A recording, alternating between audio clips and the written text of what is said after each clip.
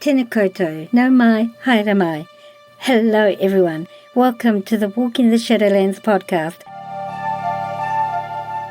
Let me be your guide as we take a walk into the realms of the unexplained, of the paranormal, of things that go bump in the night and haunt your dreams.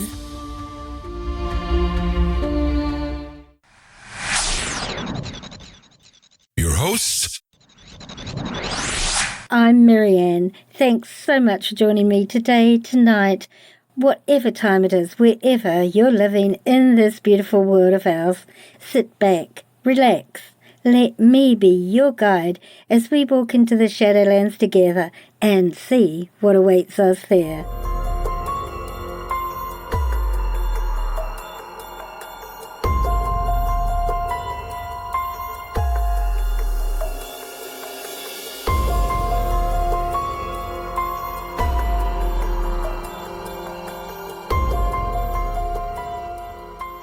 Hello everyone and welcome to Season 7 of the Walking the Shadowlands podcast. For those of you who've been following my social media posts on TikTok, Twitter, Instagram and my Facebook page, you already have an idea of what this episode is all about. But before I get into that, I just want to say how wonderful it is to be back with you all. It's been an absolute struggle for me to get this episode edited, stitched together and transcribed for you all. In case you're a first-time listener, I had an accident some weeks ago and I broke my arm in two places, at my wrist and at my elbow. Plus, I tore the rotator cuff in my shoulder of the same arm. But hey, if you're going to do something, then do a good job of it, right?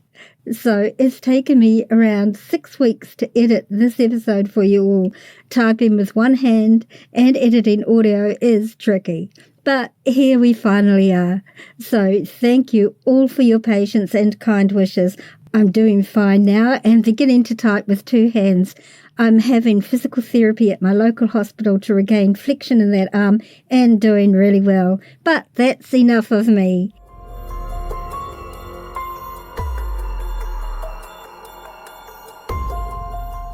For the next 2 episodes, I have some very special guests who have been so patient and understanding with me.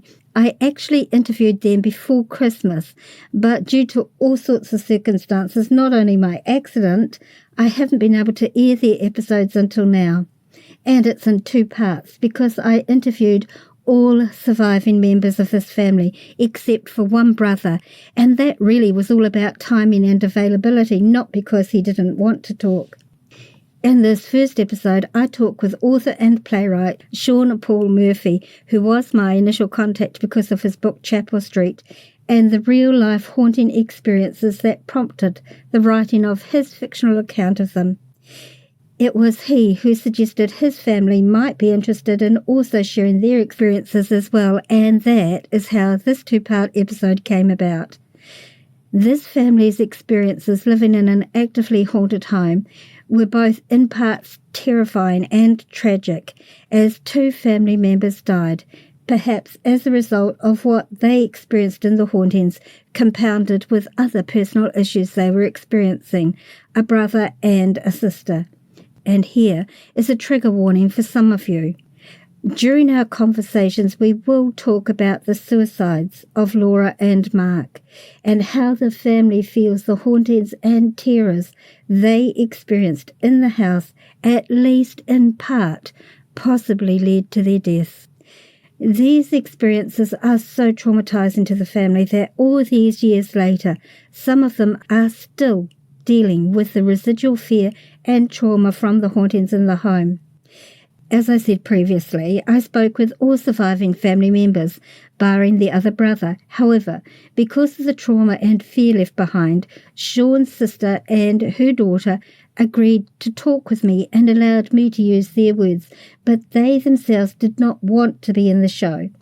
I fully and absolutely respect their wishes, so their recollections are voiced by myself, identifying who is speaking. You might want to leave the lights on for these episodes. And without any further ado, are you willing to walk with me into this part of the Shadowlands? Let's begin.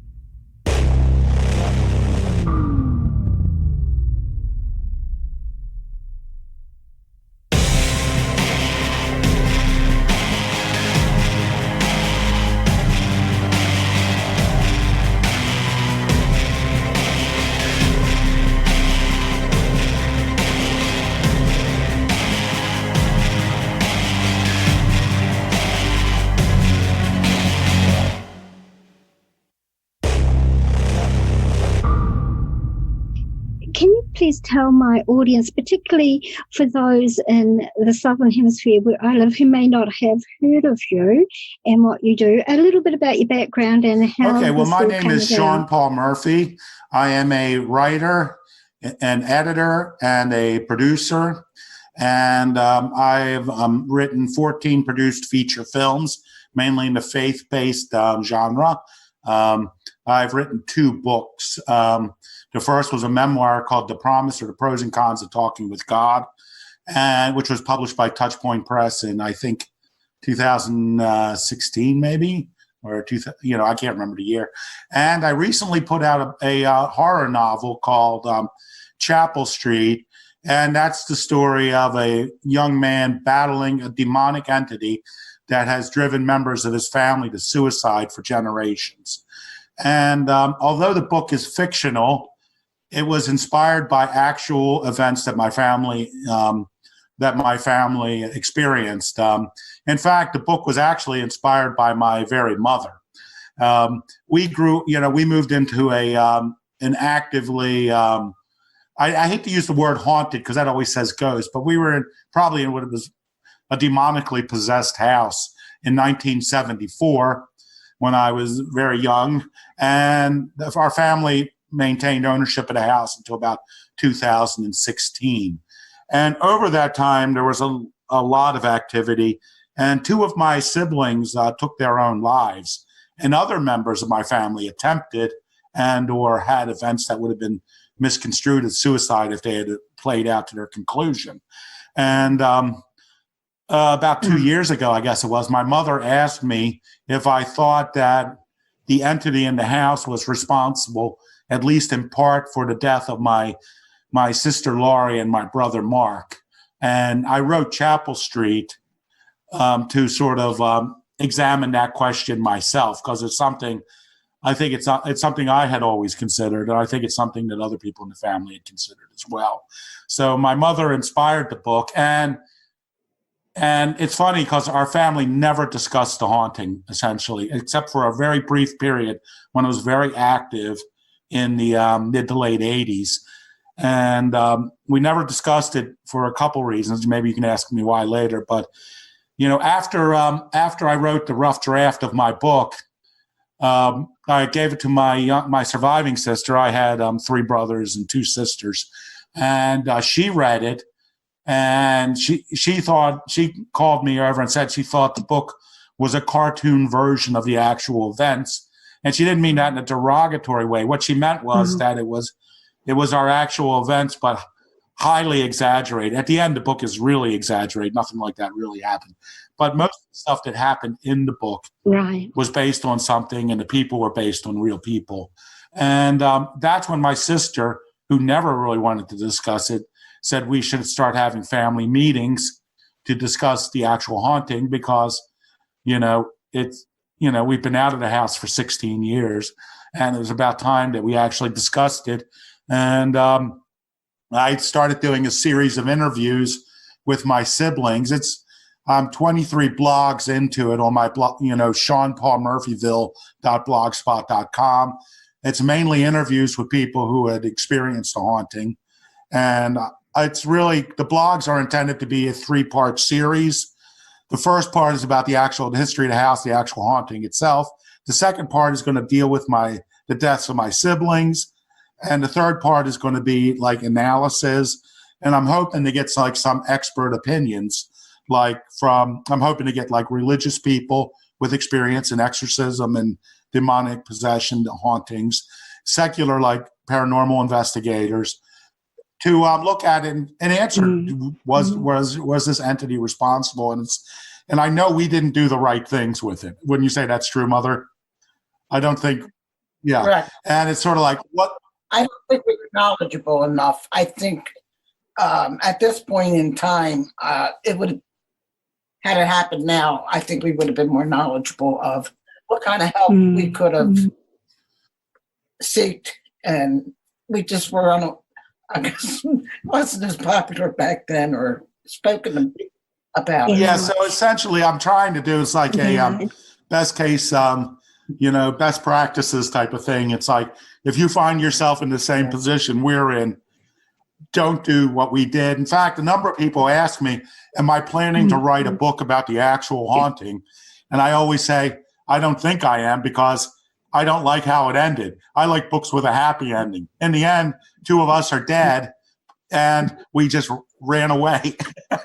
So, it isn't like, it's hard to paint what we had as a win, in our experiences. Yeah. Right. Before we go any further, Clara, I'd like to say, to both you, but Clara, as a mum, I just cannot begin to imagine the pain of losing two children in that manner. So I'm so very, very sorry for your loss. Very, very sorry. It's a small club that I belong to.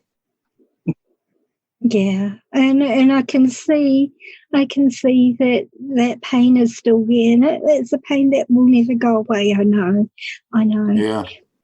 In their physical form, we miss being here with us, but I think they are in a good place, and I think they keep an eye on us. And absolutely. I should put some tissues in. Absolutely. Yes, I really don't.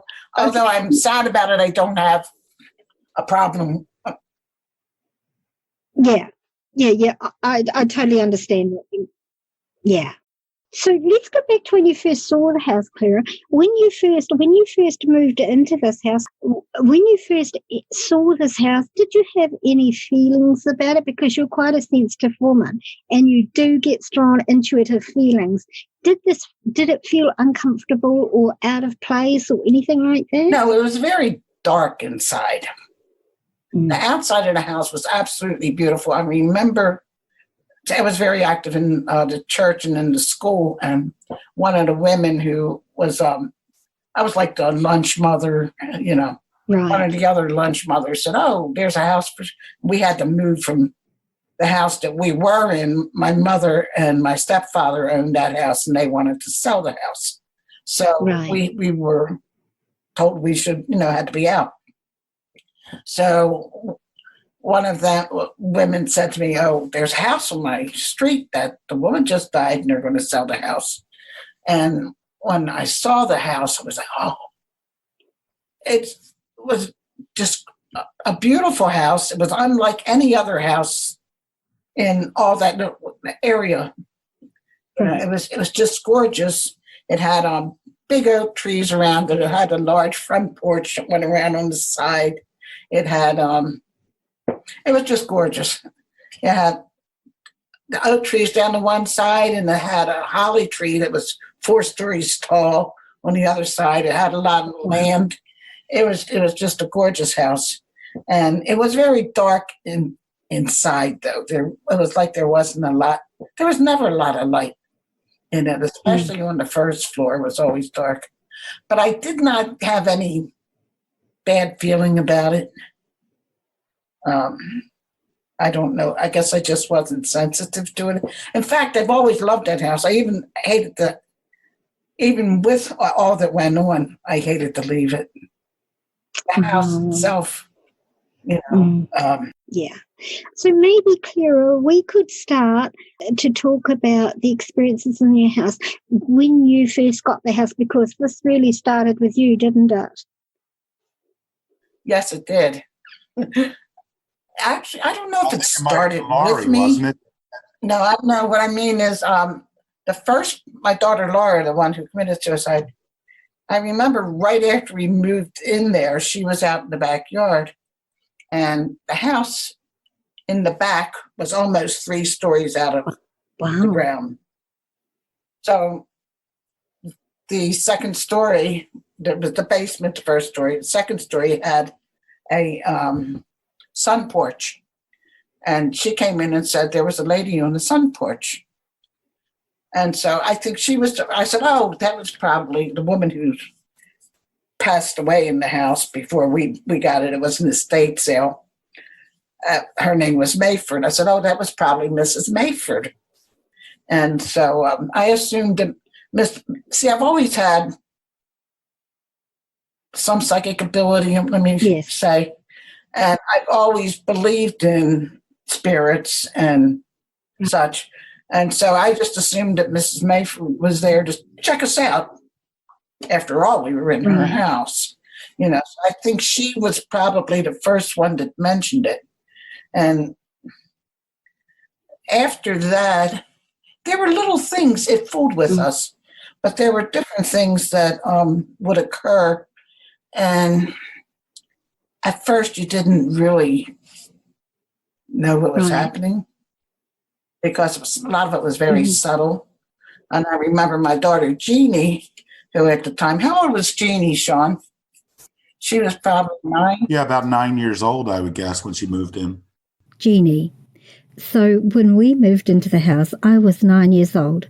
When we saw this house, it was spectacular. I mean, I couldn't believe we were moving into this house, this beautiful stained glass that had a double staircase. It was like what we had moved from a tiny little place.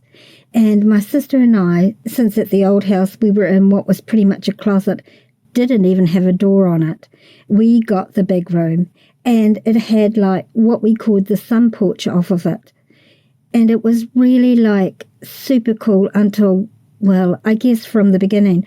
I don't know if everyone did, but I certainly felt kind of immediately that the closet that my sister and I had, it was a big, long closet. It's like when you open the door, it also went in deep that way with a rack hanging all the way across it. It never felt good. It was always like it was too black. Like, how could it be that dark? And the other thing about it, which was really cool at first, was that it had evidently been another room, so that between my room and the bathroom, which was behind us, there was even a window in the middle, like they had put a wall down in the middle of the window, so it had been one. And there was also a linen closet that you got to through the hallway that was probably all that one room. So at first we thought it was kind of cool because you could peek through the window like in here, people in the bathroom, when you're 9 years old. And if you went out onto the sun porch, if you opened up the shutters, it was an actual window. You could see both closets. And if you opened the door to go out into the hallway, it would be really super cold. And the bathroom was right across to you, but it would be almost like it was all of these different conversations going on that you couldn't quite hear. That was just like so much going on, and it was so cold. She had I don't know, one of the girls had a party, and there were a bunch of girls over. And my daughter Laura said, Mom, you have to come upstairs and see this. And it was up in their bedroom. They shared a bedroom. And the girls would take their fingers and go like this. And Jeannie actually raised up. I mean, they weren't touching her. She raised up off the floor. And it really scared the heck out of me. And I thought, this isn't normal. Were they doing that light as a feather thing, or were they actually touching her and she was raising They were not it? touching her. They were not touching her? No. Jeannie.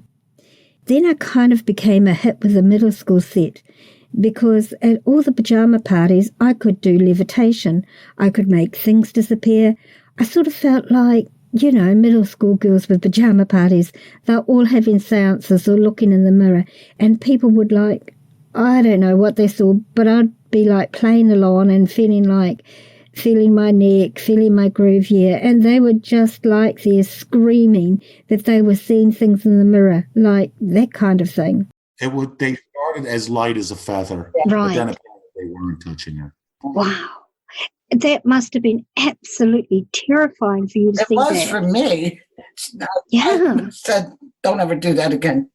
I was shaken by it. I mean, I had never seen anything like that. And it was pretty scary. One thing, Right. You could never keep light bulbs in that house. You could change your light bulb and the next week it would be out. There was a lot of things that happened. I had a vanity table in my bedroom, and I always kept my hairbrush there. You could brush your hair, put the hairbrush, I would go to bed, get up in the morning, go to brush my hair. My hairbrush would be gone. That was me. Yeah. Just kidding, it wasn't me. Well, you look like you could use one. And it would be gone. You could look everywhere, and it would be gone for days. Your earrings or your watch, different things, they would just completely vanish. And then at some point in time, they would show right back up where you had left them. And there was so much that went on in that house. I think Jeannie actually had from the very beginning, a very intense experience with it, like communicating with her, sort of like offering her like psychic powers, you know. Jeannie, the thing in the closet, I felt like it was targeting me, and it like wanted to be my friend, and it was horrifying. But it also, to me, like it had like the mind game. So I was feeling like I became super psychic. You know what I mean? Like there was some other higher thing there. And what was interesting is that during the day you would completely forget about it, right?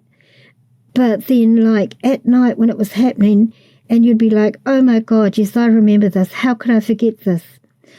I think I was having conversations with it. It was like, I think that it was like, I was a vulnerable youth, and I think it kind of like made me feel like I was special and had special gifts. One thing that really surprised me, I've heard my mother's stories about, you know, like seeing, you know, her ability, you know, her psychic things when she would talk about things in her youth and all. But what I didn't realize is that, you know, Jeannie, you know, it seems to be like down the maternal line. Jeannie had a lot of experiences. Her daughter, Marion, had a lot of experience. Natalie, it seems like the females in our family all had very intense experiences. And my niece, Marion, who didn't live in the house, feels that she was offered the same kind of deal that the entity offered her mother. You know, it's sort of like, do you like what you could do now, what you can learn, what you can experience? You know, there can be a lot more, you know. Marion, I had a similar thing, an external like, do you want more? That sort of thing. Jeannie, yeah, it was like that too, how you said it. Do you want more?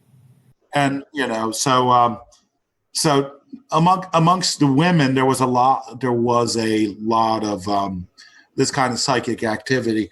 I will say that I did not knowingly experience anything in that house until the escalation, right.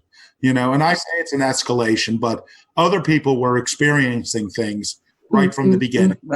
But there was this incident, and as I've also in my research discovered, there was an incident where my mother and a friend of hers wanted to communicate, her friend Ted, wanted to communicate with one of Ted's deceased aunts on a Ouija board and brought it into our house. And at that time, the front third floor bedroom across the hall from me was an empty room, and it was a quiet room. So they decided to have, you know, a Ouija board session in there. And after that Ouija board session, whatever was happening in that house was amped up 100%. And the thing is, Jeannie, I've heard from some of her friends, used to do Ouija board things at some of her, you know, her sleepovers and all. So you weren't the first person. And she always blamed me for having the Ouija board in the house, and I didn't know until Sean started his interview that Jeannie actually had the Ouija board. I think it was there from the very beginning when we were there. I know it was there. I think the more I thought about it from us first moving in. Right. And another thing with Sean, I remember asking him at some point when he was still living in the house if he was having any experiences, and he was like, no, you know, I don't know what you're talking about. Right. You know, right. When until it seemed it came to a point. Well, I had it cast out of the house a couple times, and every time it came back more. It was a strange a strange experience in that it seemed like it wasn't always there. It seemed like the house would be nice and calm for a while, and then it'd be one thing after another, and then it would go away. And I think pretty much that whole area had some kind of other houses in that neighborhood had experiences also. So I remember one time the little kid that lived next door came over and was in my son John, my youngest son's bedroom, when a black thing walked across the mirror, and the boy next door said, "Oh, so you have it too?" Yeah, apparently the mother of it probably was longer than that there, but apparently I heard that the mother of the boy next door, her mother was like into witchcraft and Ouija board stuff too. Right. What I've been learning, because as I've been publishing these blogs, people in the neighborhood who live near us were telling us stories about it happened at other houses and places. It definitely seems, in my opinion, whatever lived in our house lived in at least lived up to 4 other houses to the top of the hill we lived in. It seemed like, I'm just guessing, it was definitely in the one next to us, but I also believe it was in the next two. Right. And just to clarify a little bit, and this is maybe why I didn't experience anything initially, was at first, on the second floor of our house, there are 3 bedrooms and a bathroom on the second floor of the house on St. Helens Avenue. There are 3, and the master bedroom goes out to the sun porch where my sister first saw whatever she saw. And there are closets. There are 3 closets. One's a linen closet you could enter from the hallway. And then there's a closet from the master bedroom and a closet from the bathroom. And these closets were all joined. But if you actually look at the room and you look at how the closet was assembled, that was once a room and not 3 closets. It was once a small room. Now, it even had a window in it to the outside. You don't put a window in a closet and then put a wall down the middle of the window. But so there was definitely a room there. Now, and this is another thing I've learned through the interviews, there seemed to be an entity that lived in that closet. Yes. And that would usually materialize, and a lot of people who have seen it, it was active and malevolent, but it would normally appear as a black shape. Right, a shadow person. Like darker than dark shape. Sometimes it would have red eyes, sometimes it wouldn't. But it would also materialize. Other people would see it as some of the same people saw it as a shape would also see it as a shadow figure, like a shadow man. Jeannie, so the first thing that happened to me, well, the mind games, but the first thing I saw, I was lying in my bed and the closet was to my left and the door into the hallway was over that way. Well, coming up from the door in the hallway, I could see it come and it rocked and rose, and then it just it looks like a big black cloak you see in the movies. They have Dracula with cloak. That's what it looks like. So I felt that come over me, and then just like very close to me, and it was black, and I remember being like petrified. It was darker. It was darker than dark. Yes, yeah. It was just so solid black, and it was enormous. It was tall. Right. Shadow people are actually not that uncommon. I've seen one myself. And my very first episode of the podcast was on shadow people. So if you want to go and listen to that, Claire, it talks about that, and they are blacker than black. Yes. They are blacker than black. You can see them in the darkest room. We played musical bedrooms a lot in that house. When we first moved in, the master bedroom, actually, Sean's calling that the master bedroom, because it was the largest bedroom in the house. My daughters both shared that room as children, and my husband and I actually had the smallest bedroom, which was in the front of the house. Well, that one had the least activity. Oh. No, that was not a comfortable room either. There were certain rooms that Actually, none of the rooms in the house when you got down to it. The house was a beautiful little house. I think Sean was talking about the sensitivity of the women too, but yeah. I was struck by lightning when I was little, and I think that's when I got Really? yes. Wow. Oh, that's right. I remember reading that in the blog. You had a ring on, didn't you? Yes. That's right. Yeah. That's right. Wow. You were very, very fortunate. But anyway, you can't I guess as mums, we tend to blame ourselves for things that we actually don't have any control over. So and as a mum, you would have been really busy in the house with the kids, so you would have missed things. Well, I think a lot of that is, there were, I had 6 children. Of course, the youngest one was just a baby. Well, I got pregnant when we moved into the house. But, and the front door was never locked, and the kids all had friends. And there was just so many people in the house at any given time that you heard strange noises or whatever. You just, somebody's upstairs or it must be somebody in the other room. And it really, I think, didn't become apparent to me right away. You questioned yourself in the beginning of, did I really see that? Something out of the corner of your eye. The dog would watch something go by, and it just started getting to be more and more, and it started to get not to be nice. Sean was talking about the closet upstairs. It was all that you would go in the bathroom and it always felt like something was watching. Everybody says that. From that closet. Even guests. Everybody, yes.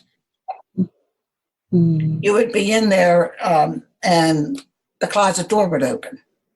Right. And there was no reason for that door to open. The door had a doorknob, locked. Yeah. The bedroom closet, the closet in the bedroom, you could never keep that door closed. Like during the night, you would hear it click open, and that's when the black thing would come out, Jeannie, I would see it frequently. And the thing is, it was almost like every time I felt like I would forget it, I would block it out, and then, suddenly I find myself, alone in my room at night, and I'd be like, oh my God, it's here. I mean, and then it was all through the house. I mean, the house during the day with the light, it was so lovely. But I remember so much of my youth being there being so many shadows in the house, and if I was upstairs on my own, I would always turn the music on. I'd be dancing to try to forget it. Marion, my experience with the house usually was more psychological in terms of, I would hear things I constantly hear the furniture moving upstairs or people walk around. It's just always constant in the background, constantly kind of hearing talking and that kind of stuff. But then it was drafty, and you always kind of felt like it was, all the shadows were, I don't know. When I was really little, the place wasn't that bad. It was just once I got older is when it started taking on creepiness to it, because we would go over there a lot, but me and Natalie would be playing and hanging out on the landing and stuff like that. But then it kind of turned when I got older, that it got creepier. You kind of look in the mirror from the landing, and I don't know, just something kind of off about it. Now, Mother, did that black thing ever get into the bed with you? Something would get into the bed with me. I don't know if it was that thing or not. See, it used to do different things to different people.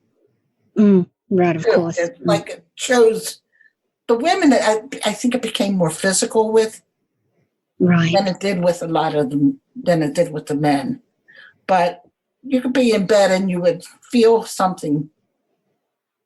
Have you ever been in bed and your husband or whoever comes and sits on the bed?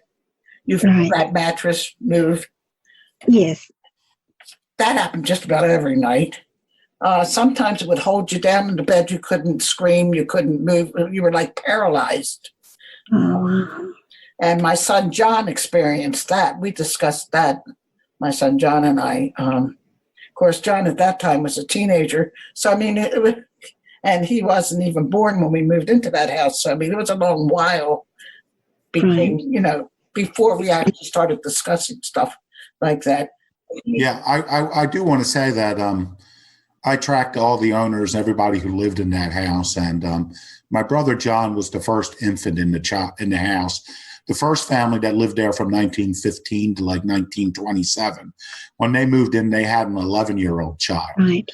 The family that moved in 1927 that had it until 1974 when we got it, they were all adults. It was a husband and I would say the mother, but she's a stepmother, but she was the sister of the children's. She was the aunt of the children who became the stepmother. Right. 2 boys and a girl, and they said there were no children in that house. I was curious if that small room was intended to be a nursery. Mm-hmm. My mother doesn't think so, but I think maybe it was. But but I'll tell you, one of the reasons I decided to write the blogs was at this meeting my sister had. She brought my brother John over. And John tells this story in one of the interviews, but he added something at the end of when he told it to me in person first, that he was up in the room where the Ouija board incident was, which we started calling either the hell room or the hell hole. Right. And when you start calling a room the hell room, there's usually a good reason Mm-hmm. it's called the hell room. But he was up there, and there was this window in the middle of the room, and there were these mirrors, and there were pictures hanging on it. He said he was looking at the pictures, and something came up behind him. He didn't see it, literally picked him up and threw him against the wall, lifted him off the ground and threw him against the wall. And he said, had I been a few inches over, I would have gone right through that window. And he goes, and everybody would have thought it was suicide because I was at the age when people kill themselves. So that was when that's when it made me think. That's what made me think really tie in with my brother and my sister. Mm-hmm. Jeannie had a suicide event. Maybe I'm jumping ahead, but I had in Chapel Street, the hero of the book finds himself out on his balcony every night, ready to jump off the 10-story balcony. He's like having these, because of some visions he's having. He doesn't realize he's out there. Right. But I don't know what year. I'd probably, if I had my notes, because the thing is, when we did this, nobody was writing anything Right, down. of course. So it took a long time to build what I called the master timeline of like the events. And in the recap, the events are kind of in the right order. But when it got really bad with me, after the Ouija board event, the height of it for me was I woke up from, I can't tell you for sure whether it was 3 nights in a row or 5 nights in a row, but I woke up crawling out of this 3rd-story back window of the house. Now, there was like a slightly flat roof on the sun porch out there, but the drop off of our back of our house was very steep. It was probably closer to 4 stories. Yes. And there was a patio and like a metal stairs down from the porch there. So falling off that roof would have almost definitely been fatal. Wow. For 3 nights in a row, I woke up literally climbing out because my knee would hit the wood, window frame, or my head would hit the top of the window. And it must have been the summer or spring because the windows were open. And when I would wake up, it was 3:00 in the morning. Wow. And that's why I knew this wasn't sleepwalking, because it happened at the same time of the night. And that was the culmination of a lot of small events. But at that point, I realized that whatever it was in this house wanted me to die. It wanted to kill me, or wanted me to kill myself. I had a similar incident also. I was driving across, I don't know if you're familiar with the Chesapeake Bay. There's Chesapeake Bay Bridge. It's 3 miles long. And I was in my car by myself. And I was going from the western shore to the eastern shore. And all of a sudden I had no brakes. And I could not stop the car. I finally by the time I got off I was really afraid. There was nothing I could do. I didn't know what to do. And I actually went to a gas station. Once I got off the bridge, it seemed like my brakes came back. And I stopped at a service station and said, "Would you please check my brakes?" I had no brakes on the bridge. And they're like, he checked them and I said, "Honey, your brakes are fine." But my foot went down to the floor with the brake. There was no brake, which Was this after Lori looked like a died? suicide also, Yeah. So I think we all have. Was this after Lori died or before Lori died? That was before Laura died. It was around that time.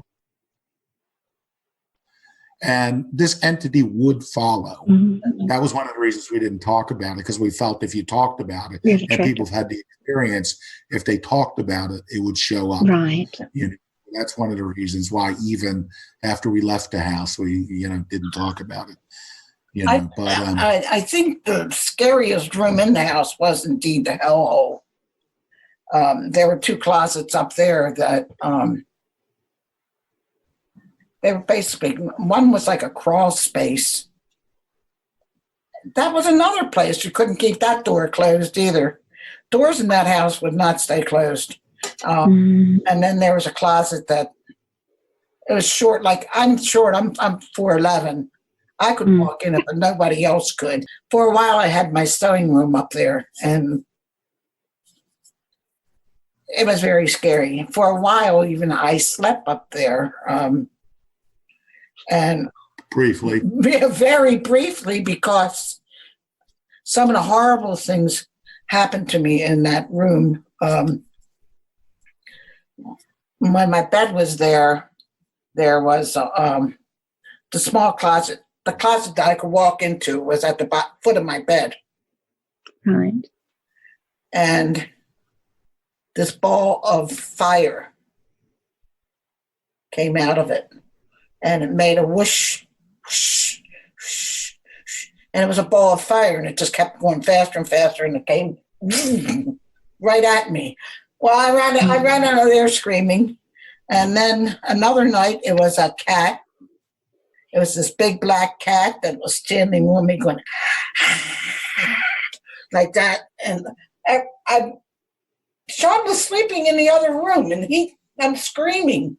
When you went in that room, it was like it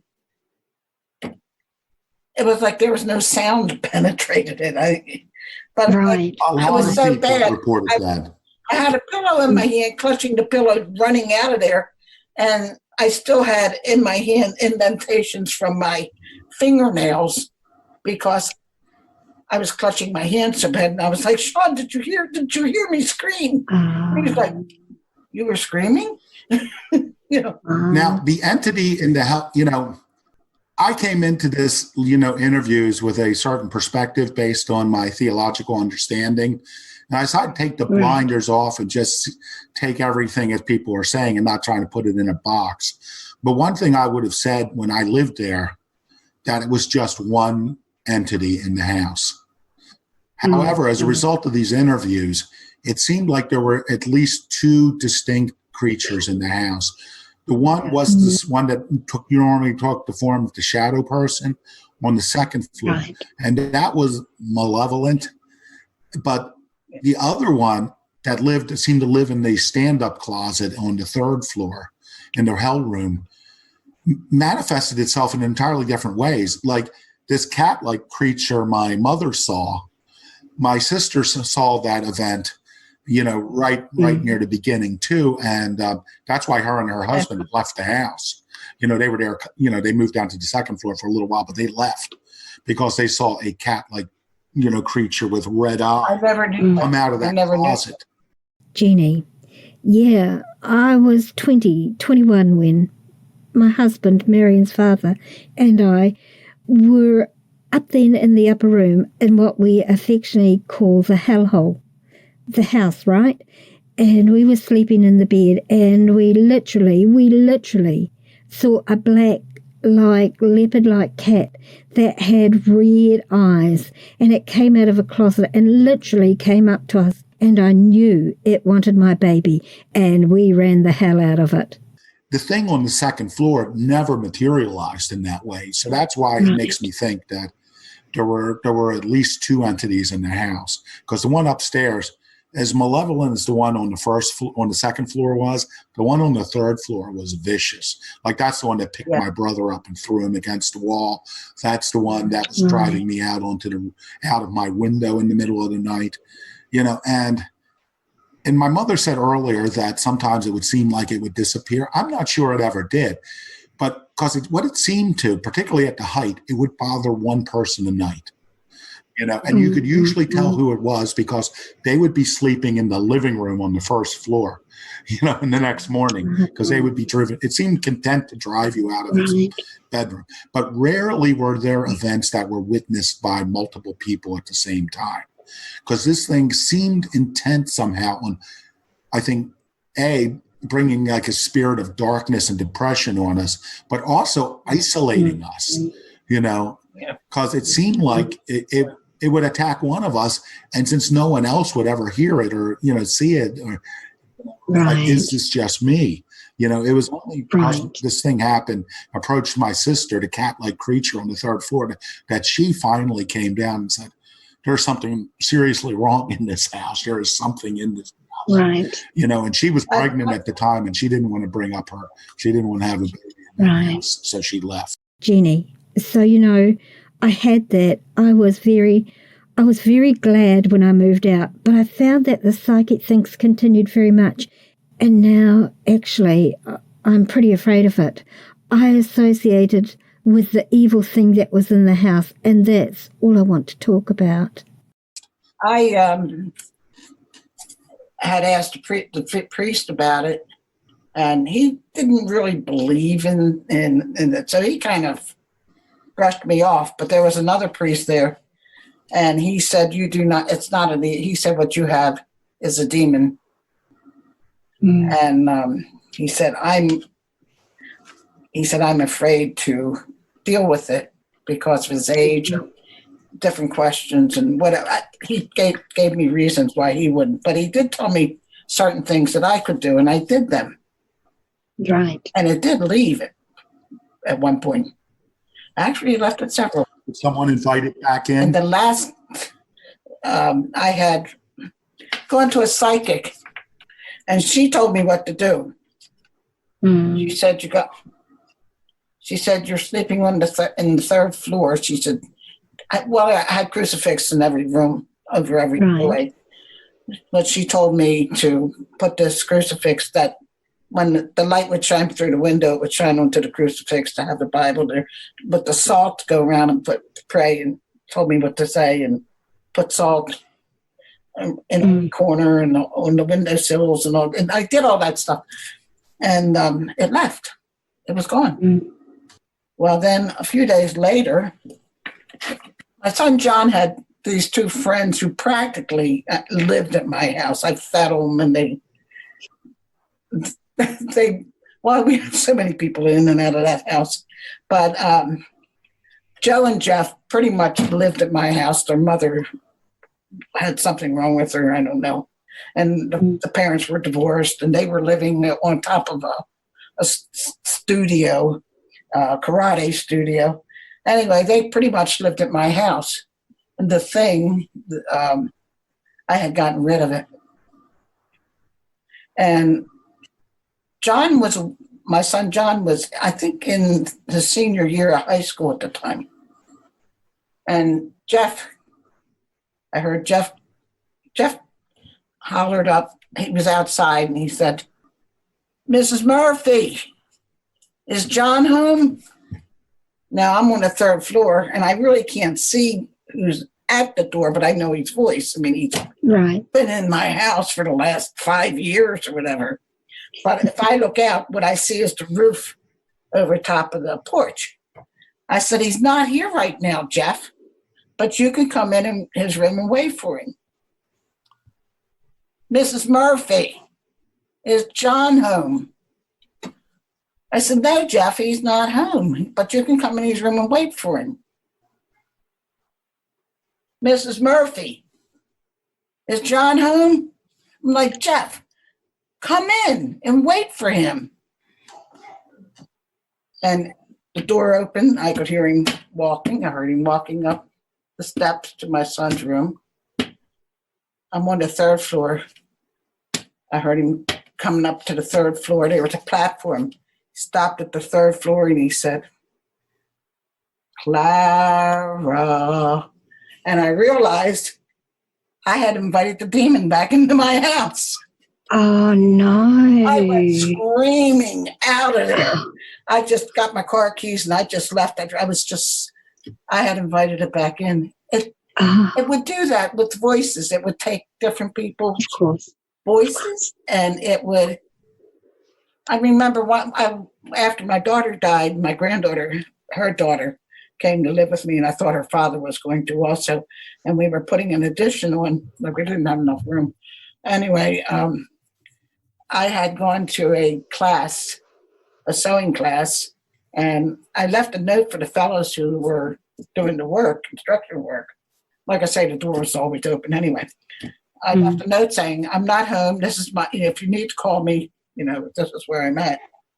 So I came home around 3:00 and they were still there. I was like, oh, what's going on and whatever. And they were like, I said something about just getting home. And they were like, what do you mean you just got home? We heard you talking to your dog up in your room all day. I'm like, no, I haven't been here all day. But it would do that with different people. It would do different people's voices. Right. But the thing that was very scary was it knew our names. Mm-hmm. So, I mean, it knew Jeff, it knew John, it knew me, it knew probably all of us, It knew Natalie, because here's this, Natalie said once she moved back in when she was a teenager, going to high school, it would say like. Natalie was my daughter, Laura's. Yeah, Laurie who died. Natalie is not Laurie's daughter. It would say like things like, she'd be in a room and she'd hear my mother saying, Nat, what you doing? Nat, what you doing? This or that. And it would just be short, it wouldn't be like a conversation, but my mother wouldn't be there. And it became a very interesting point. And I think my mother had the answer. It's sort of like when I was talking to Natalie about this, she goes, if it really wanted to freak me out, it should have spoken to me in the voice of my mother, because that would have really freaked me out. And then I'm sitting there wondering, well, why didn't it talk? Because it was malevolent. And I think my mother had the best answer, because I would talk to my siblings about it and try to get their opinion on this. And I think my mother had the best opinion is that it would have given it away if it spoke in my sister's voice, my dead sister's voice, because it wanted to engage us. It wanted to engage in conversation.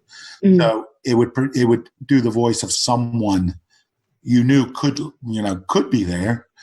Right. And I think that was it. I think it was just trying to, engage her in conversation. But she had some very frightening experiences in that house, Right. And so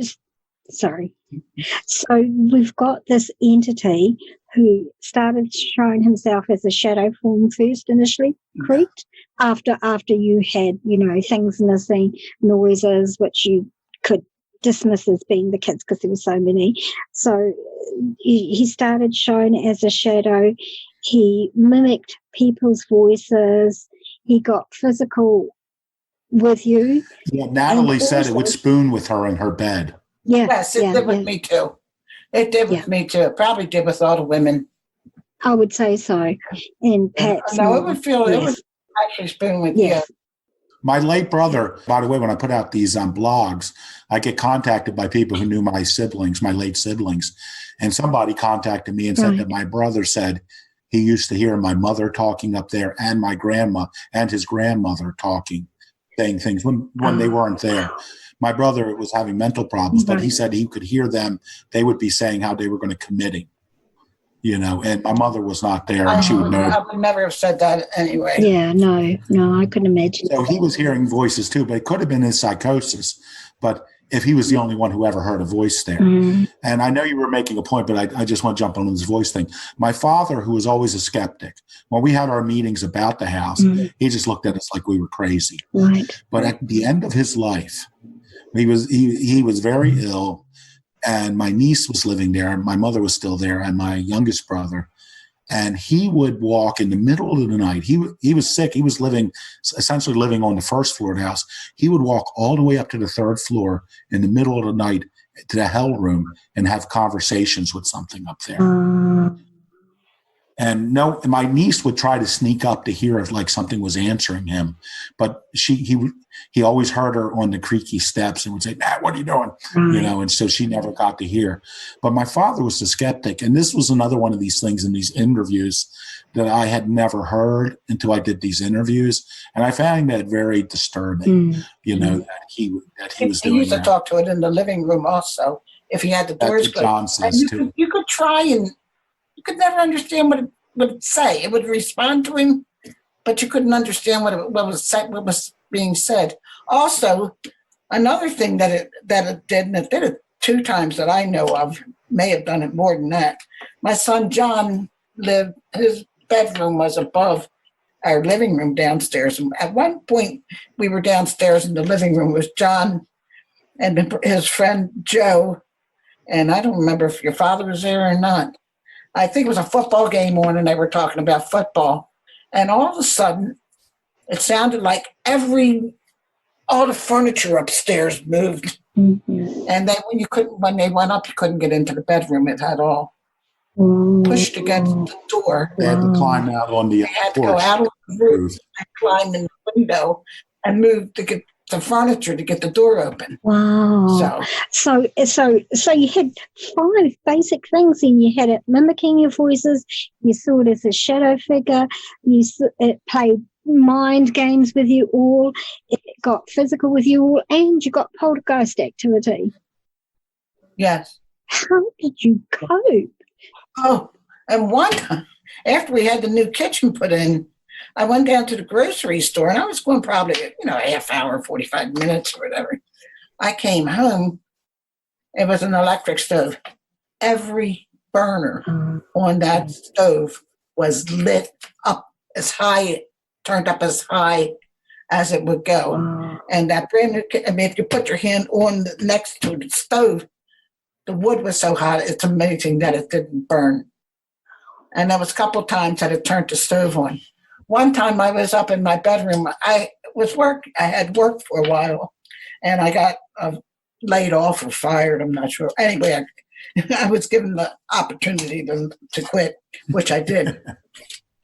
And I was I was either me or the fellow who I hired to work with me, and I figured he had a family. Right. So we worked for an advertising agency. Every time we lost a client, somebody had to go. Everybody had to leave. Somebody had to leave. Anyway, from my bedroom, I had a nice rocking chair in my bedroom, and I could look out my bedroom door that would never stay closed anyway, into the bathroom if that bathroom door was open, which normally if no one was in there, we would leave it open so you would know no one's in there. And I was reading a book, and all of a sudden, all the water in the bathroom, I could hear the water running. I went in, and both faucets were turned on that you had to actually turn when they weren't. Right. I went back in my room and did it again. And then, Sean, do you remember when Debbie came down after Laura died? After my daughter died, my sister-in-law, Debbie, came down one day. And it was like 2 weeks after Laura died. And she said, I thought maybe you'd be lonely. She said, who's down here with you? Because somebody was always in my house. I said, nobody's here. I said, it's just me today. And she said, and then with that, we heard somebody walking across the floor and going to the bathroom. And she said, we're both looking up like this. And she said, you said nobody was here with you.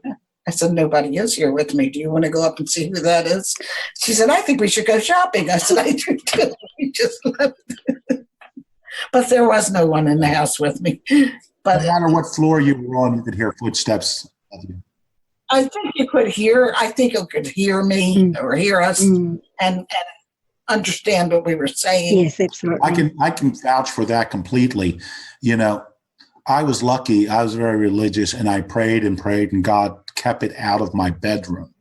But there's always the Right. dangers, particularly with curiosity, of inviting it back in, breaking that Right. wall of protection. I remember one time, nothing had happened in a while, at least to me, but stuff was always happening to somebody. I didn't realize it at the time. I was sitting in my bedroom. The door was open. Across the hall was the hell room. And I'm like, there's nothing here. Because if it was here, it could turn on those lights. And it turned on the lights in the hell room. So it obviously heard me and it responded. And, my sister talked and my niece both talked about how it was sort of like making offers to you. Now, this didn't come in any words or something, but I definitely got the feeling like, do you like that? I can see what else I can do. But at that time, I was like, I'm not going to communicate with it. I'm not going to give it, and more of a foothold in what it was doing. Right. But I used to hear footsteps. That's how it first manifested itself to me on the roof of, because my bedroom was on the third floor. At first, I heard scurrying like squirrels or something, which you could explain. But then, human footsteps, and there's no way anyone could get on that roof. That was a very high roof and a very dangerous roof to walk on. And, and so that's, and the funny thing is, because it could definitely see me, because I would be in bed with my eyes closed, and whether it was the scurrying or the footsteps, I would hear it. I'd be awake with my eye. As soon as I opened my eyes, it would stop. And as soon as I closed my eyes again, it would continue. And it was enough that I could see, I could sense where it was moving around, around above me and all. So, but if I opened my eyes, it would stop. So it could definitely see me. It was definitely interacting with me, as it did with the light, So it, because this is something I would constantly, in the interviews with my siblings and my mother and all, is try to discern in their in their actions with it, whether this was just a force or an intelligence, whether they sensed a sense of personality with it. And also one thing I keep asking everyone, because early on when we would discuss it a little bit, I think some people thought it was like a human ghost. So I would I would constantly ask people, because I think my sister had seen it as in a female shape. So I would always, but doing these interviews, I always ask people whether they felt it was male or female. And people would say that instinctively they would think it was male, but they didn't ultimately, if they thought about it, it didn't seem to have a sex. They just felt that it was male because it was large. Right. But not because it had male characteristics, but that it was large and aggressive. Also, I think the things that it did, the way that some of the stuff that it did seemed more masculine, that like a female would not do that. Yeah. So it just seemed masculine, but I probably did not have a gender. Which makes me think also, too, I've asked them, and pretty much everyone's under the opinion that, this thing was not human, that it was never human. Now, my niece, Marion, who is apparently very gifted, something I didn't realize until we did these interviews, but she felt that there were also human spirits there, maybe prisoners or something of it, the house. But she thought that the entity, the main entity, was very dominated anything in the house. So that was her opinion of that. She did something very interesting one time. She was going to art school, and one of her friends wanted to record the sound of someone walking up wooden steps, And so she said, Grandma, can my friend and I come over and make a recording of her walking up to your third floor? And I was like, sure, go ahead, come on up. So when they got there, I thought, well, they had a recorder. And when they got there, I said, well, look, so I won't disturb you. I'm going to go down to the grocery store. So anyway, I left. And when I came back, she said, when they put the recorder on, they got voices.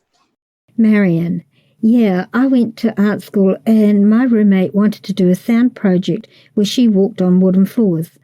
She did sound files for it And so I was like, well, I know a house that has that, but I also knew that when I went in there, I wasn't going to ask. I wasn't asking for anything. Like, I went in there and I was just like, I'm not here for anything.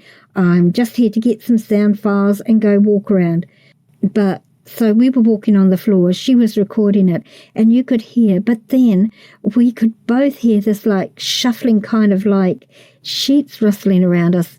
And it was a bad situation. We were like, okay, well, let's leave. We'll go listen first, though, to make sure we got all the sounds. As when we were listening back, we have all sounds, the right sounds, like the people like us walking on the floor. There's like just something else about it that felt like an actual thing coming through it, the sound.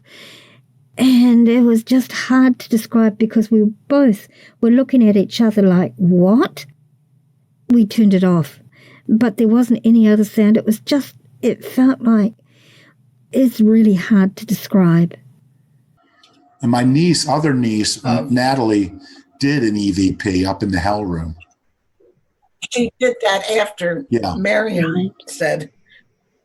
And then I think they heard me too. And she's like, Grandma, the minute you left, it was the minute you left, And Natalie, I used to have to drive her to school, which was quite a distance from our house. It was 25 miles. I used to drive her to school in the morning, and she had to be there at 7:15 in the morning. So in the winter, you get up, it's dark. So I kind of like would lag in bed while she used the bathroom and whatever and got dressed. And then I would get up. And the one morning Sean was there.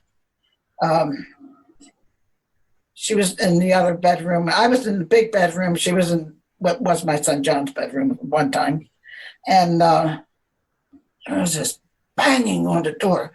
Bang, bang, bang, bang, bang, bang, bang, bang. I'm like, Natalie, please stop that. And she's like, Grandma, it's not me doing that. And it was Sean was banging on the door to the third floor where this was I believe my last day living at the house. It was so scary. It was unbelievable. It was sort of like it's goodbye to me.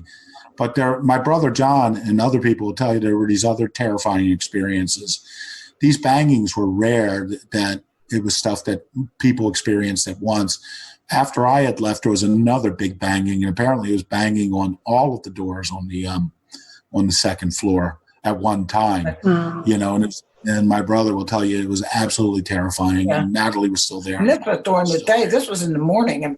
And apparently you were shouting to Natalie, don't open the door, open the door. Well, once she said it wasn't her, I was like, why is she doing that? And she's like, it's not me, Grandma, it's not me. And I'm like, don't open the door, don't open the door. So we did have some terrifying experiences in that. Yeah. And it never scared you out of the house. That's what amazes me. You stayed there. People say that, why didn't you move? You can't just pick up and move. When I moved into that house, there were 5 children. I was pregnant with the 6th child. And my husband, number 1, was never home. He didn't believe in any of that stuff to begin with. So, right. And where are you going to go? We borrowed money in order to put a down payment on that house. It isn't like, all right, well, we'll just leave, and he wouldn't have left anyway. I mean, the house itself was a charming house. Mm. It's a beautiful house. Mm. I love that house, the house itself. But I would never go back in there. Yeah. Sean was saying he was going to try and get at one point. In fact, at one point it was on the fellow that lived there after us didn't stay in there very long, and he was trying to renovate it. And the neighbors said he got real old real quick, and then he had an aneurysm or something. My husband had an aneurysm in that house. He had an aneurysm in that house. And then the house was on auction. Sean said he was going to buy it. I said, Sean, I will never visit you if you go there. Yep. Yeah, my mother sold the house. I think it was for like, what was it, $298,000. And it went up for auction like a couple years later for $10,000. So wow, the auction price, it stopped at 100.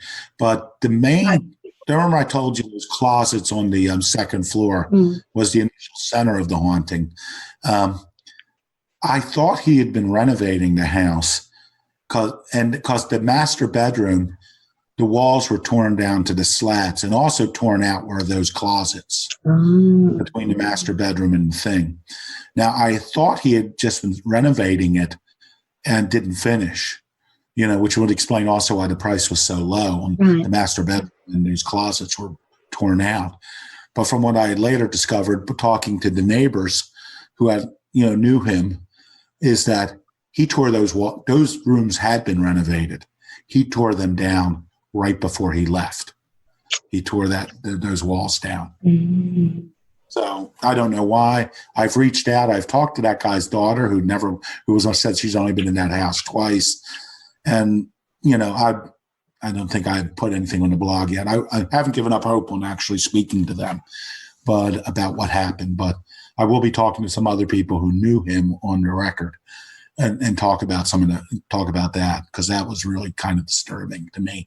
It indicates to me that whatever was there was still there and playing on their minds as well. I don't want to be too judgmental because I don't have the facts, but it seems behavior consistent with what we experienced. The reason that I sold it to those people was I thought it was just an older couple. And I thought maybe it wouldn't bother an older couple. I thought a lot of it had to do with there were many young people that it was getting energy from there being so many younger people in the house. Yeah. And then I've come to find out, he was like, oh, my grandchildren will love this. And I thought, oh, God, no children.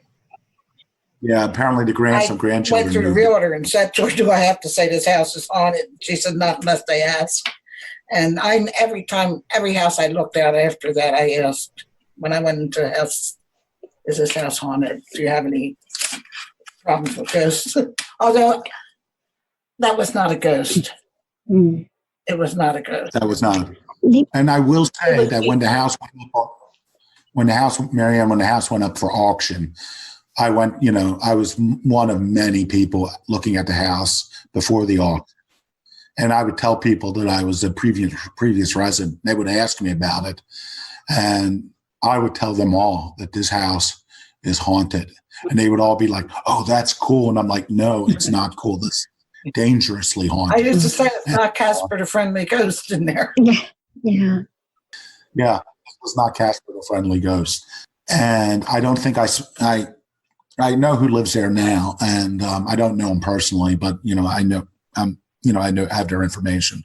I didn't speak to them. I don't remember them at the auction. So I didn't speak to them.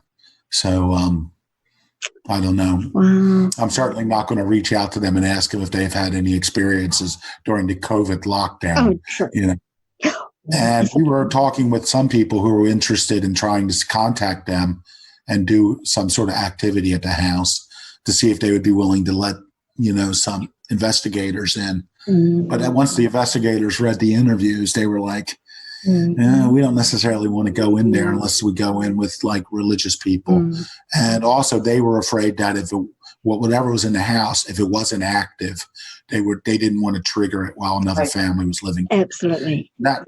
And that is also why I write quite a bit about the house, but I had no time to give the actual address. And it doesn't take a genius to figure out where it is, In fact, somebody reached out to me on Facebook and said, is the address of the house this address?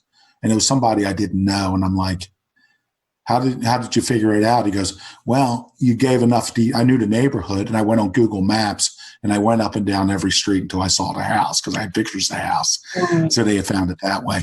But the address I give at 21 St. Helens Avenue is actually the real address of the house when the house was built. Right. They've subsequently renamed the street.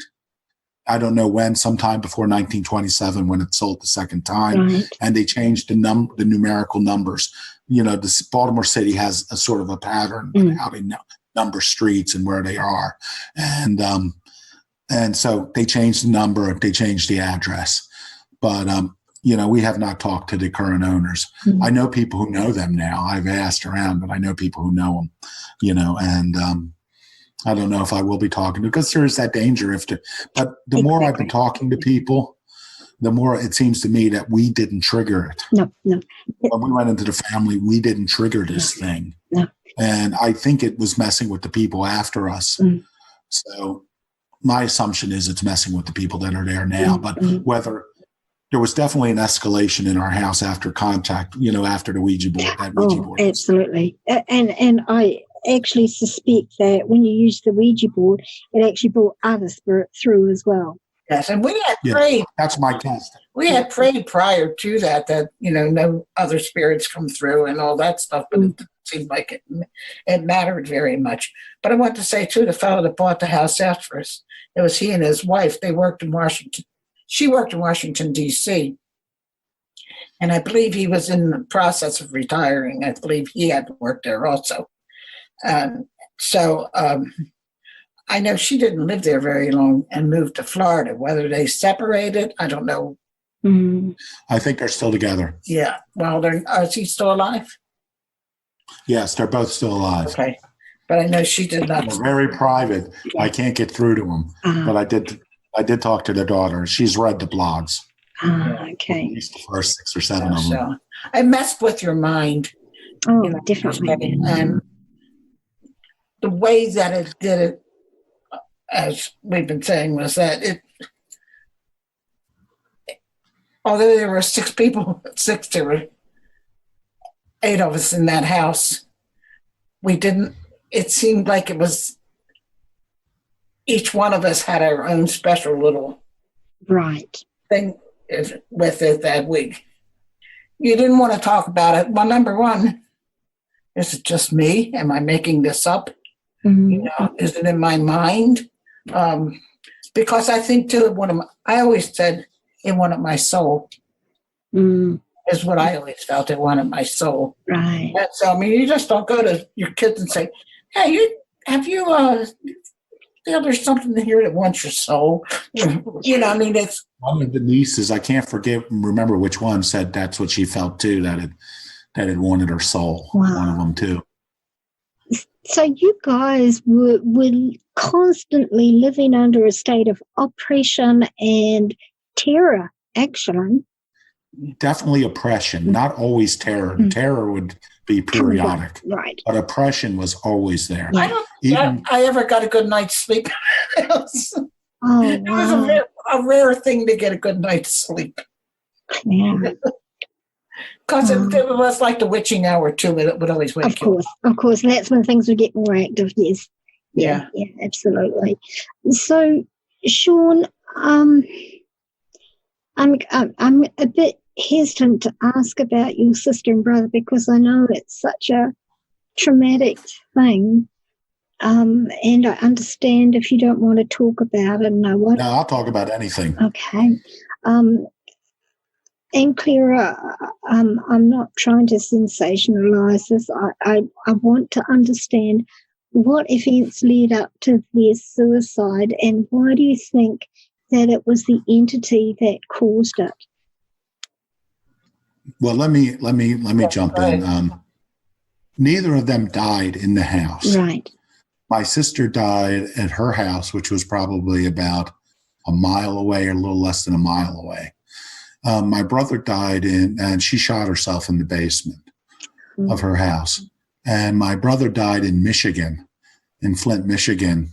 He was in a motel and he tried to hang himself in the motel, didn't succeed, and apparently hung himself at a workplace next door in very public view. Because I didn't know we had relatives in Michigan when I did the family tree. And I was talking to them and they didn't know me and I didn't know them. And then I mentioned how my brother died there, and they're like, "Yeah, I remember that. It was in the news, So apparently, he hung himself in front of rush hour traffic. So it was pretty.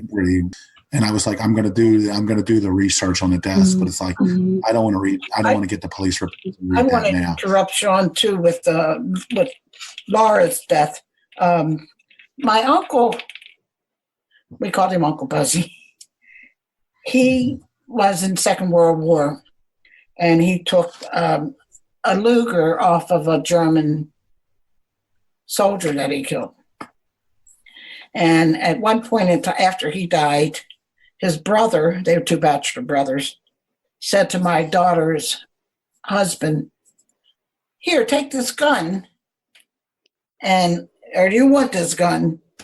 And I said, "Don't give him that gun. If you give him that gun, somebody in that house will kill himself with it." And he took it, and it ended up it was my daughter who shot herself with it. Mm-hmm. And the funny thing was, I know she had difficulty pulling that trigger. She could never pull the trigger on it because. Well, I don't think she could cock it. Right. Okay. They took it down to the shore, and he was trying to teach her how to use it, and she couldn't use it anyway. But there's another factor too, that before her death, there was a guy in Hamilton called the Touching Bandit. Yeah. And he was like a housebreaker and would touch the women while they were sleeping. Uh-huh. And there was a night where he broke into my sister's house. My sister, he didn't touch her because she was sleeping on the sofa, and sort of woke up, and then he just proceeded through the house. But he had been in 3 other houses that same night. So when she called, the police were there immediately because they were on his trail. Right. And so that's why she wanted to learn how to use the gun. Right. See, her husband worked night work, and he got off around midnight. He worked second shift or third shift. I guess I was second shift. And she kind of fell asleep. She would wait up for him on the sofa, and she would doze off watching television. And she said, she thought at first it was her husband who came home and put his head on her lap. And then when she looked, it was somebody who should know. Yeah. So she screamed, "Natalie, lock your door." And the guy took off. Yeah. Now here's something weird. So they eventually catch this guy, and it's time for the trial. And they contact, my brother-in-law about my sister. They wanted to talk to her to be a witness. And because there were 3 people that night, 3 women. And he's like, "She died." And what do you mean she died? She killed herself. One of the other women that guy's was in that house also killed herself. Oh. So of the 3 women, two took their own lives before they caught this guy and brought him to trial. So, but I'm not thinking that, like, when I'm talking about whether this thing influenced us to kill ourselves. I can only look at, I had a suicide attempt in that house too, which was, I had sort of this emotional, spiritual collapse. There was a breakup with a girlfriend. I write about it in my first book. And the funny thing is, I never connected that with the entity in the house because at that time I wasn't aware of it. Right, of course. But as I look at the behavior and I'm examining things, I'm like, when I was writing my book and I got to my suicide attempt, I was just objectively looking at my life at the time, and it wasn't that dark. You know what I mean? I would eventually break up with this girl, but we were actually on the upswing at the time that I did this. And I'm thinking, I couldn't explain why I was in the emotional state I was in. And I really think that it was just that the influence of this thing. And so I don't think this thing went to my sister's house and helped her pull the trigger. But what I think it left in a lot of us that it took years to get rid of is this dark oppressiveness that we were prisoners of it. And I always call, I think I mentioned in one thing, if I was going to call this book anything, if I were to write a book about it, and as I said, I don't like the ending. I don't think I will. I would call it The Haunting of 21 St. Helens Avenue, the shadow and living in the shadow of the beast, because in many ways we continued to, even after we left, we continued to live, in this thing's shadow. But even it sounds like we had a happy house, didn't we, Sean? As a family? Yeah. We all got along. Their father never came home, but which was probably for the best. But I mean, we were a good family, we had fun. We did our thing. Yeah, we had fun. We did, I had an idyllic childhood so I can't complain. Yeah, right. And obviously you were a very strong family unit because you stayed together. And despite all of this, despite the best efforts of these entities, that's got to say something about you holding the family together, Clara, and the way you brought up your children. And as for your son and your daughter, PTSD is not uncommon after experiences like this. And it could have been that guy that broke him was just enough to trigger it all for her again. And it brought all those experiences back to her mind. Yeah. Well, I know Mark had mental problems. Mark was in and out of, so it's funny because Mark was the quietest of all. He was the best baby. The best, it's kind of a shock that he ended up with, I don't know if it was ever strictly diagnosed or not, as he ended up in the... We have these HIPAA laws in this country that prevent doctors from telling people what's wrong with, like family members. Oh, really? So we never got my brother's diagnosis. What? When he was good, he was very, very good. And when he went crazy, he was just nuts. And I would call up the brothers and say, it's time for Mark to take a ride again. They'd come down and tackle him, and we'd take him down to the psych ward. I know a couple times he asked me to take him, and I'd take him down. Mom, I'm going out again. Okay. Well, at least he was cognizant enough to recognize when he was going into a state where he needed help. So that's a really positive thing, Claire. Yeah, he heard a lot of voices and whatever, too. My mother can back me up on this, but if you were to read my book, Chapel Street, the hero talks with his dead brother, and the dead brother, Lenny, is very much based on Mark. My brother, Mark, and the history of mental illness that the brother Lenny went through and his attitudes about mental illness and hospitals and why you get off your meds and things like that. It's all stuff my brother told me. Would you say Lenny is a lot like Lenny Mark? is Mark. I mean, Lenny is Mark. He really captured him. Wow. But I will say one thing. The mother in that book is not based on my mother. Sean usually kills the mother off in the first chapter. As a result of all of these experiences and the pain and the trauma that these have caused you, how do you feel now, Clara, when you look back on this? And Sean, how do you feel? Well, hindsight's 20/20. I don't know that I would have done anything different because that's where I was mentally, physically, and so I don't know. I mean, I would like everything be different. I would like never to have lived in that house if I had known what was going to happen. But life goes on, and you just have to take it as it comes, make the best of it. Yeah, it's hard losing children because it's not supposed to be that way, and especially in the way that they went. And I don't like to think about it because I think about the last. You concentrate on the end. Yes, and not all the good. Time to chat, Yeah. I usually try, if I start thinking about that part, I usually try and think about something else because I don't want to remember them in their agony. And I'm sure they both went through agony. Yeah.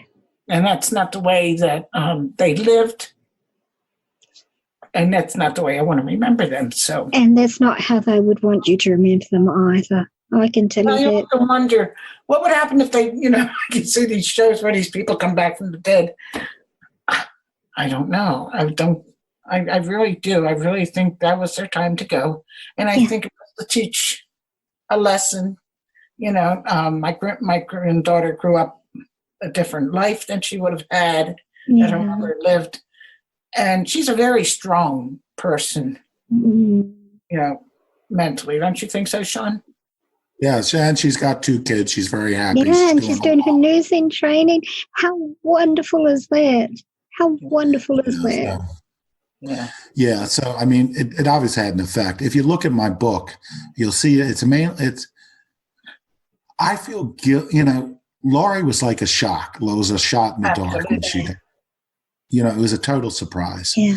Later, you can look back and you can think of some things, but it's sort of like there wasn't enough warning that you could have ever done anything. And if you look at my book, it's definitely, and the relationship between the main character, Rick, and his dead brother, Lenny. I am dealing with, and one of the reasons I'm doing these blogs and all, is dealing with some guilt in the sense that there may have been a spiritual aspect. Mark was a train going down the track. Yeah. I don't think any of us suspected that, he was going to live to be 90. Yeah.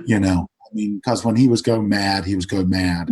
And, but, I feel like if there was a spiritual aspect of this that we missed, something related to the entity or something like that maybe we could have, prayed about or tried to exercise. I feel that we didn't look into that.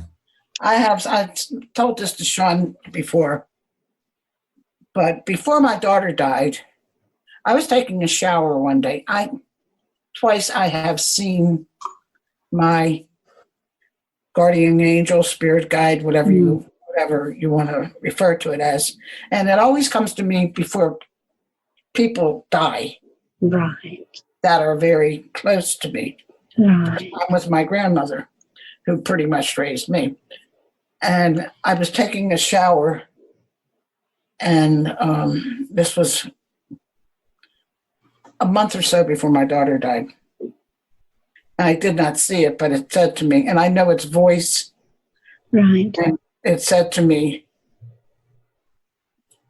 one of your children is going to die within the month. Oh. And I said, don't tell me, I don't want to know. And then it said, and it's not the only one. Oh, Claire. So in a way I had a preparation, but the shock of it, I thought it would be Mark. And me. Oh, I mean, I think, and you thought Laura would have been the last one, How can you ever prepare yourself for something like that? You just can't. Well, that's why I say I think it was their time to go. Yeah. Otherwise, how would I have known? Why would my come and tell me? Absolutely. Absolutely. And that's what I tell to my people who are dealing with suicides. Look, don't focus on how they went. It was their time to go. Or if they hadn't gone that way, they would have gone in some other manner. In fact, there was a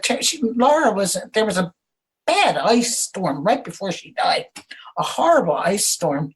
And she had told me she had just gotten a job selling clothing in this store.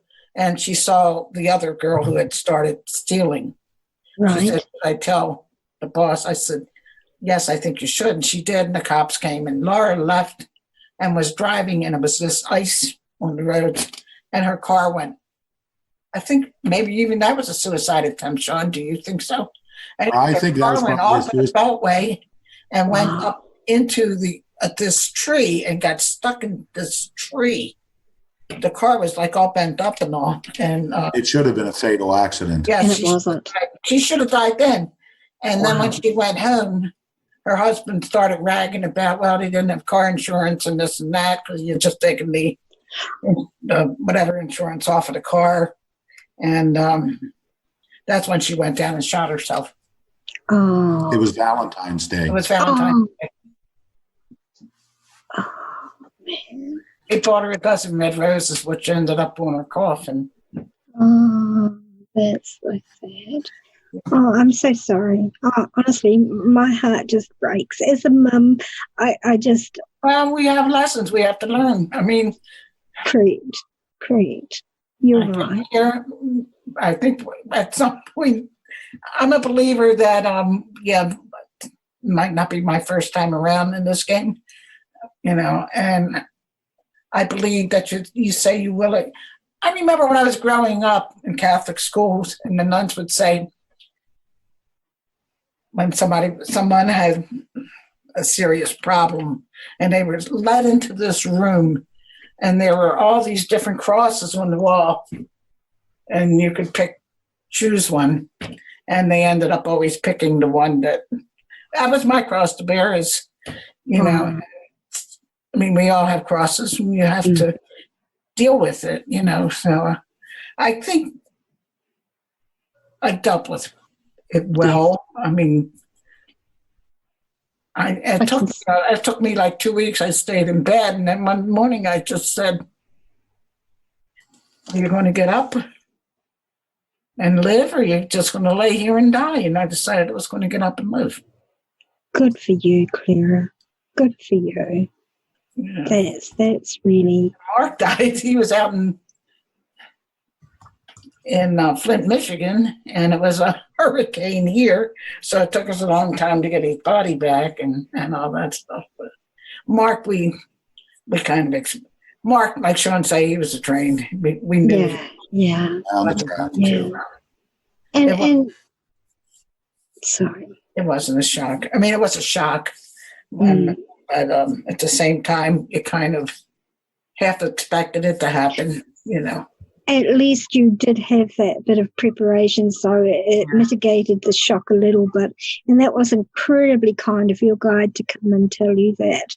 Yeah. So it wasn't such a, So you're right. It was their time to go, or he wouldn't have come and said anything to you. Absolutely correct. And Sean, how did you deal with it? How did you cope? Well, I will say, and it's funny because I was mentioning this to my sister like 2 days ago, because when we were talking about coming on this podcast, how when my brother, when Laurie died, somebody suggested we see a grief counselor. Do you remember this, Mom? Yeah. And all the men, my brothers, my father, my two brothers-in-law, and some of my uncles, they all went out. We went out to this grief counselor. And he's like, so I just want you to talk about your feelings. I didn't know you went to a grief counselor. An hour-long session. And not a person, not one of us said a single word. Oh, wow. You don't remember that? You weren't there, but I don't know who recommended we go out there, but everyone made the effort to go out, but not anyone said anything, but it was a shock. I will say I've never gotten over it. If you look at my personal writings, I've written a lot of commission screenplays and all, and, you will see the theme on the things I'm writing for myself. You'll see the theme of suicide quite a bit, and even my next book, which will be lighthearted, some more lighthearted than my first two. And somebody said, well, what it's about? And I said, well, it's about death and a guy working a mausoleum and suicide, all my favorite, but hopefully it'll be funnier, all my familiar themes, and plus I had nearly killed myself. So I deal with this. In a sense, Chapel Street, the fictional book, really kind of deals with my feelings about my brother Mark. Right. And the last part of my book, The Promise, or The Pros and Cons of Talking with God, my memoir, it goes from essentially my suicide attempt through my sister's death and how I dealt with that. So in a sense, my first book dealt with my sister's attempt and the effect. And I think I've had a rare perspective that I've looked at suicide from both sides. Mm-hmm. I'll send you my first book too. I already sent you the, Chapel Street. You should already have it. And while you were talking to my mother, I sent it. So I'll send you the first one too. And the funny thing is that I had mentioned earlier that the females in my family, my mother, my sisters, at least my sister Jeannie, my nieces, I think all of them, to some degree had some sort of power of clairvoyance or empathy like that. And if you read my book, I had a similar thing. I would receive what you'd call words of knowledge, prophecies, not like world prophecies, but things in my life, and I was always ahead of the game. And it's funny that I never associated that with anything paranormal. For me, it was strictly religious. But since I was experiencing some of the same things that my mother and my sister and my nieces experienced it, but I looked at it from, but I had a different worldview of looking at it. Right. So these are all things that I'm looking at now in a different way. But, sometimes I felt sorry for Mark because Laurie so destroyed the family when she died. And Mark was like an afterthought. Wouldn't you say that to a degree, Mom? I mean, yeah. Laurie was, Laurie was complete shock. Laurie was, yeah. I don't think anyone, not just our immediate family. I mean, yeah. Everyone in the circle was shocked, in the wider family and everything, shocked about her death. And then Mark, people were sad about that, but it's sort of like, Mark, Mark died. Well, I'm sorry to hear that, but when Laurie died, it was totally stunning. And I really felt bad when I finished my first book that I really didn't talk about Mark's death, but in the narrative flow of my first book, my memoir, Laurie's death loomed large in it, because there was a resolution of another relationship. The central relationship in my book happened at my sister's funeral. And so essentially then I could just jump forward. I missed Mark. So writing about Chapel Street gave me an opportunity to kind of talk about my brother Mark in a fictional way. Yeah. It was a way that was very emotionally relevant to me. And I think that religion we had, I look at death in a different perspective. I think a lot of times because of my religion. Right. I don't think death is the end. No. It's not. So even, and I know I'll see her again, and, I'll see Mark again, and my dogs. I take care of my dog. Well, you know what, Claire, on a lighter note, I in my last episode that was currently released when I'm doing you, it's called Selling Dead People's Things. I interviewed this wonderful, wonderful chap in Chicago. And he had the screen behind him, and I could see at the base of the screen, I could see the back of the room, like there was a gap. And we were just about finished our interview, and I saw this dog go past in this tail wag, and I said, "Oh, what sort of dog do you have?" And he said, "Dog." And I said, "Yeah, I just saw a dog go past, clear as. And he said, "I don't have a dog." And I said, "But I just saw a dog, a tan-coloured dog with a fluffy tail." He says, "Oh," "Oh my God, that's Snookums." It was his dog that had died. Yeah. So just so you know, your animals are still around you. They still love you. People used to see a cat in my house. Remember, Sean? Yeah, other people saw a cat too. We never had a cat. And we never had. I'm not talking about that big dangerous cat that's on the third floor. Not the horrible cat. You know what? I was going to mention that before about that, but shadow people can change shape, and it's not uncommon for them to appear as animals. Yeah, so these are things like once we finish with everyone's testimony, all the people who've lived in the house, I'm going to seek out people to try to put the pieces together and explain it, so it'll be interesting to see. And I'm glad we have your insight, and hopefully, I know this is a very popular podcast. By the way, I do a movie podcast called Yippee-Ki-Yay Mother Podcast. And where a couple of us talk about movies, kind of a fun podcast, and they would kill me if I didn't mention it. Oh, absolutely. But, I forgot, I was about to say your podcast is more popular than ours. Oh, I don't know. So I'm hoping that maybe we'll get the attention of some people here who might be able to help us put the pieces together once the research is done. But, COVID, I was hoping to have everything done by now, but I like to do the interviews in person. I do usually do them at my mother's house so she can throw in some questions too. And so, I'm way behind. I'm a year behind on where I hope to be with actually researching the actual haunting. So, but afterwards, I'm really hoping to get, some expert opinions. So, people won't make the same mistakes we did. I think the key is to just get out. Yeah. If you can, in situations like that with elementals, you can't remove them. They were there before we were. They're going to be there after we're gone. The best in that situation, if it's possible at all, is to move. Right. But obviously it's not always possible, because you sink your life savings and, you've got bills and stuff, and it's just not realistic. We realized after a time that it was something that had been there prior to us, prior to the house being there, I think, right? It's something, I think there was a portal there because I think different things came in at different times.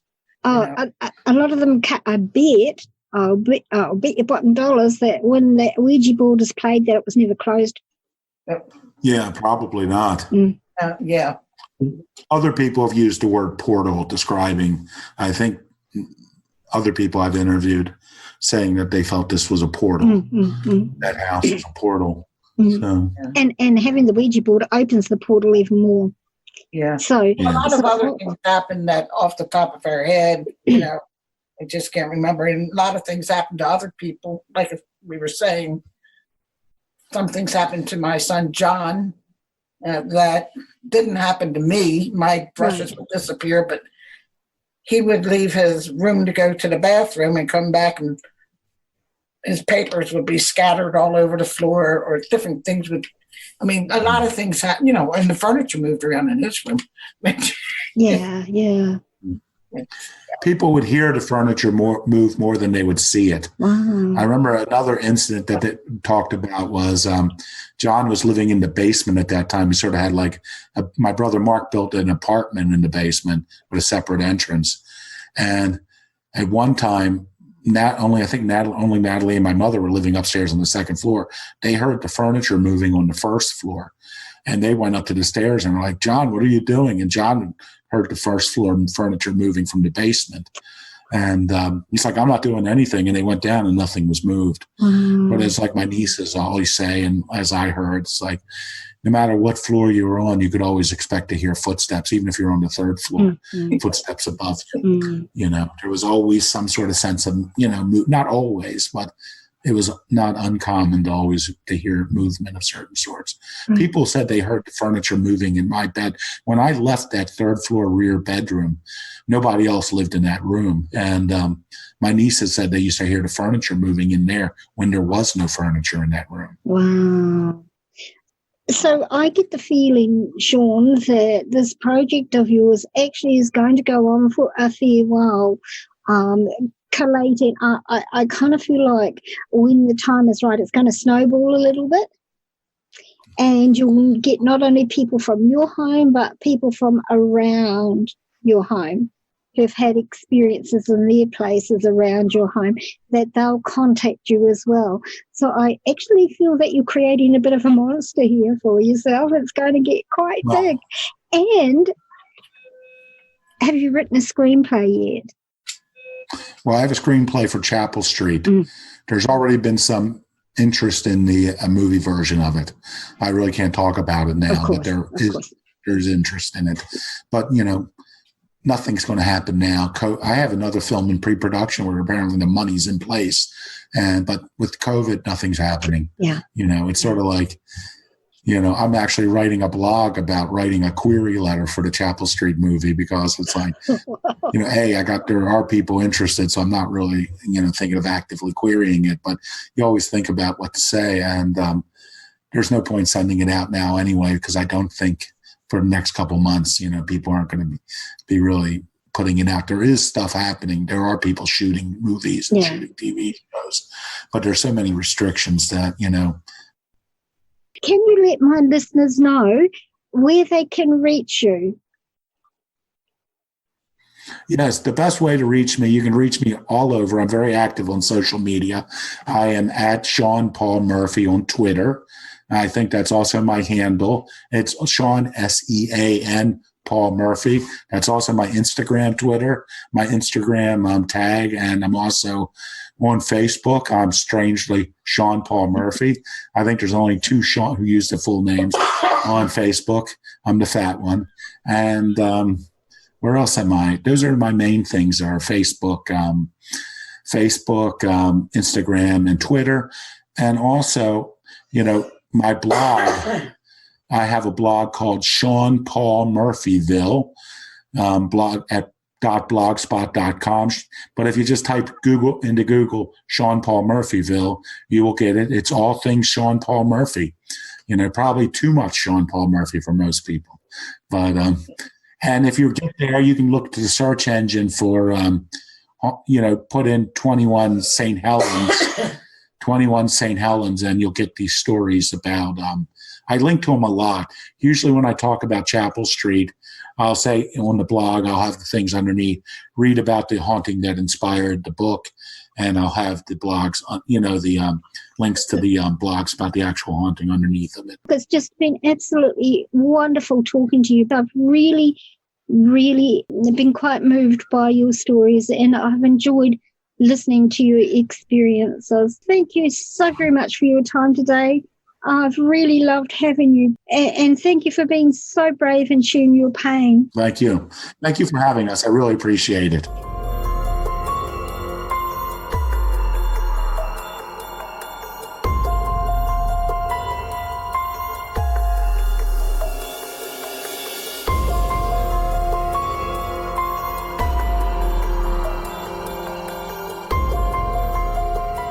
Be sure and join us next episode when I continue this family's journey talking with Natalia and Sean about Nat's experience in this terrifying home that she moved into after her mother Laura's death.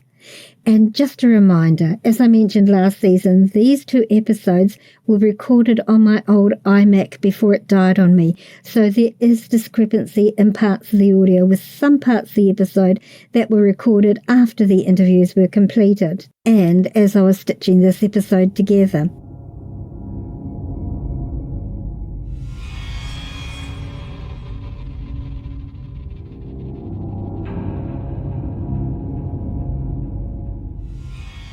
Thanks to my patrons for their ongoing support of this podcast. If you want to become a patron of the show, then head over to patreon.com MCC15 and sign up now. The continued support of my patrons makes it possible for me to financially cover part of the cost of producing this show for you all. So thank you all so much. If you have any suggestions for topics you might like me to cover in upcoming episodes, then please don't hesitate to contact me. Or if any of you have any questions, suggestions, or any comments that you'd like to make, or experiences that you might like to share with myself or my audience, or if you feel you might be a good fit as a guest on my podcast, then just email me at shadowlands@yahoo.com or check out the Be a Guest page on the podcast website, www.walkingtheshadowlands.com. Check out our Facebook page, Walking the Shadowlands, our Instagram feed of the same name, and our Twitter feed at Shadowlands10, TikTok under walking_the_Shadowlands. Like and follow for hints on our upcoming episodes. If you enjoyed this episode, then please leave a positive rating and don't be shy to leave a written review on your chosen podcasting platform or on the podcast Facebook page, Walking the Shadowlands. Of course, so you don't miss out on any episode, make sure you subscribe on your favorite podcasting platform. This podcast is available on all free podcasting platforms and iHeartRadio as well. Also, if you have Alexa, simply say these 4 words, "Open Walking the Shadowlands," and Alexa will play our latest episode for you. If you don't have a smartphone, then you can listen to the episodes from the podcast website, www.walkingtheshadowlands.com. For those hearing impaired, there is a full written transcript of each episode on the website, so you don't miss out at all. Tell your friends, tell your family, tell your workmates about our show. Encourage them to listen and to subscribe also. The more, the merrier.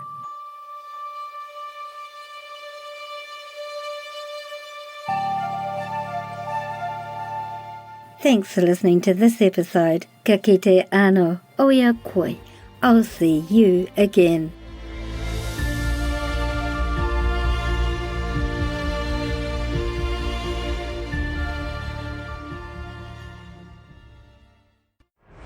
Thanks for listening.